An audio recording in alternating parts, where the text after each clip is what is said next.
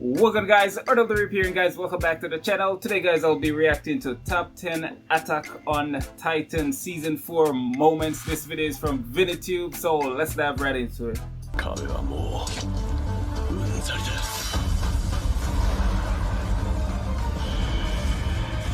From a show about humans versus titans to a show about war, racism, injustice and freedom, Attack on Titan has come a long way now, hasn't it? With season 4 coming to a rather cliffhanging conclusion, we can call it the season that revolutionized anime and gave us one of the greatest main characters of all time. So as a tribute to the series, I'm going to take a look at 10 of the best moments in the 4th season of Attack on Titan. Also, a quick reminder to subscribe to our channel if you haven't, because we've got a lot more content like this coming your way. With that said, I think I've let's only dive watched into the like list. 3 episodes of season 4. Marley's Invasion.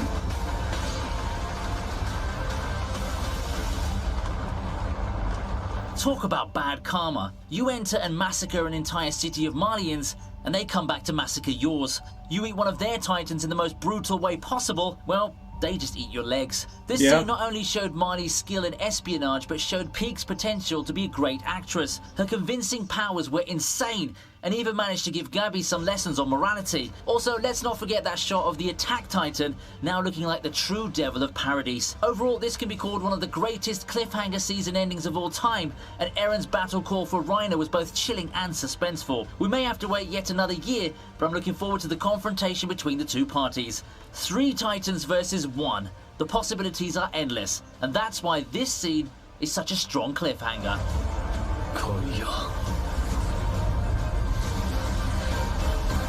I'm trying to remember if I've seen this one.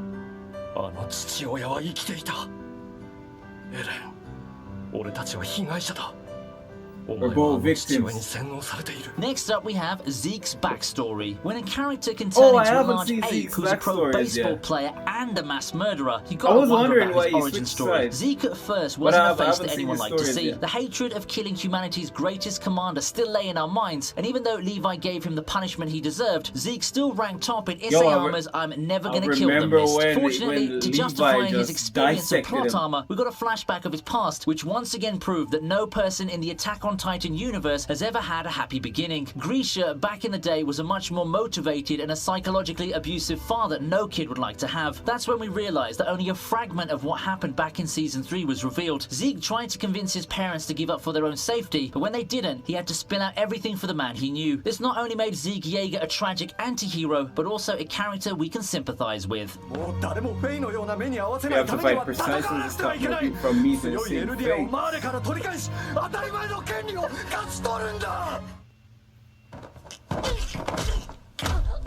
Yo, wait.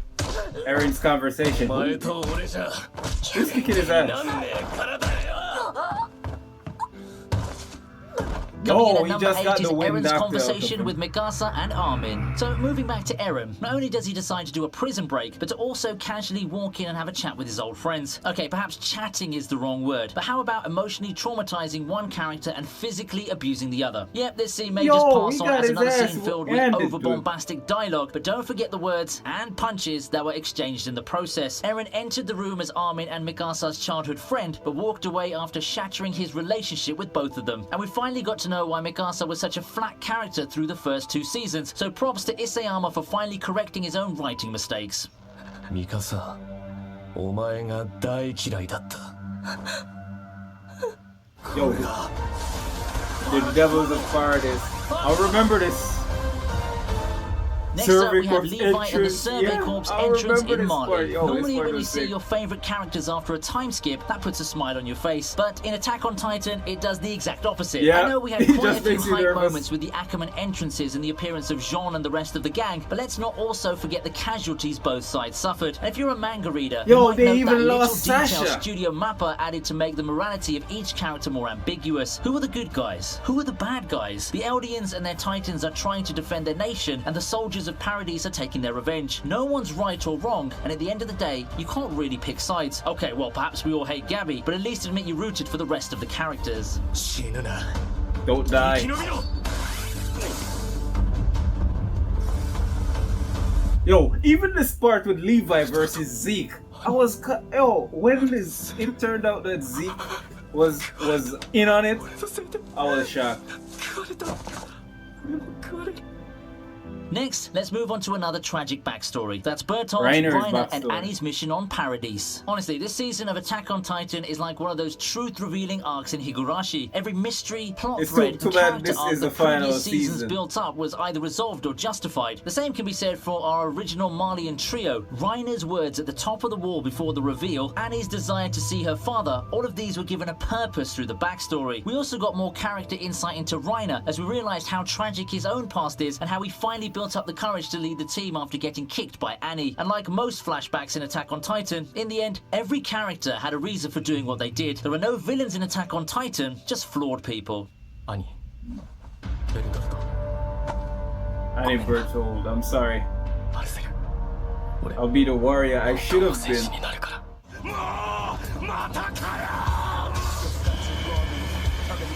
Levi versus Zeke. I didn't see this part.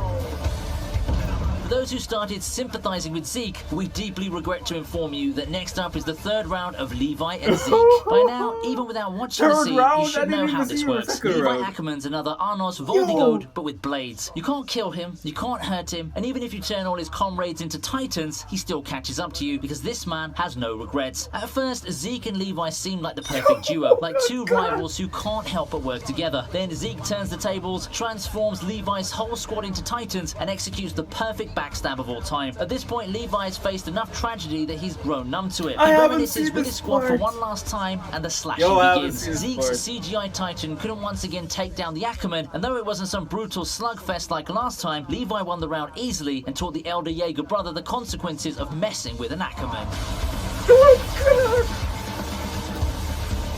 Yo, Levi is so savage. Levi is way too OP. Oh god, yo, we got him again! We got him again.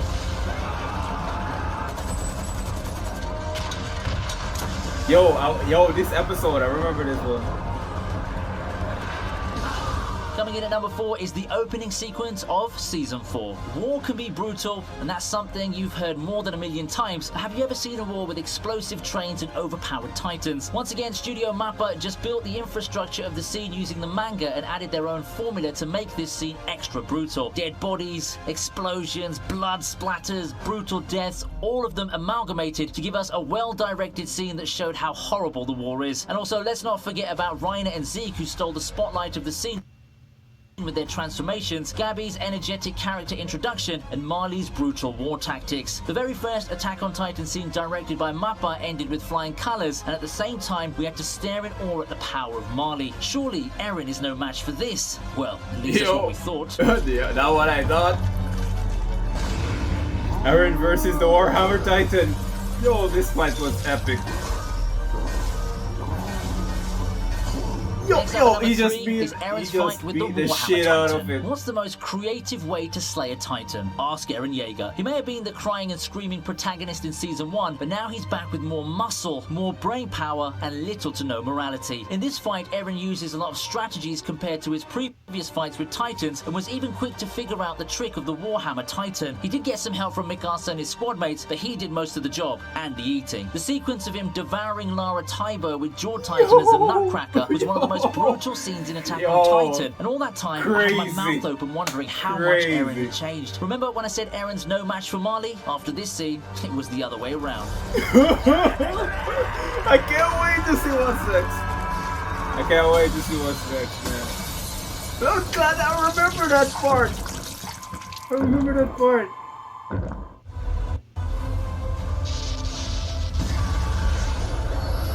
Armin's transformation in Liberia.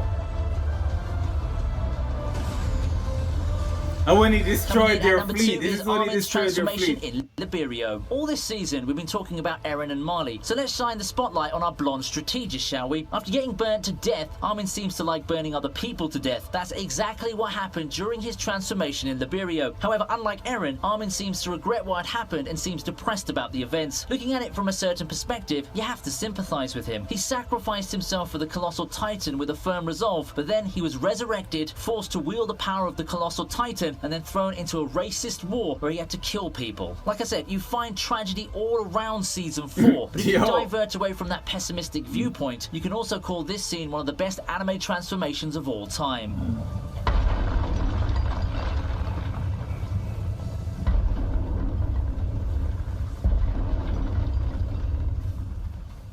He destroyed their entire fleet.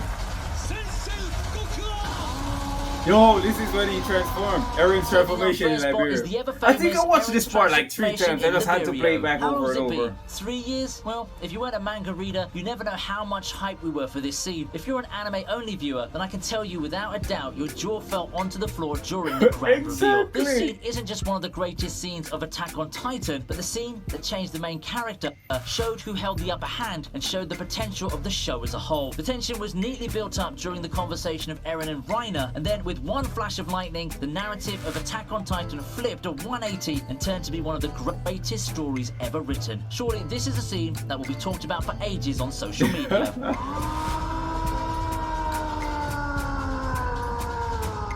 So there goes our picks for 10 of the best Attack on Titan that was a season great 4 list.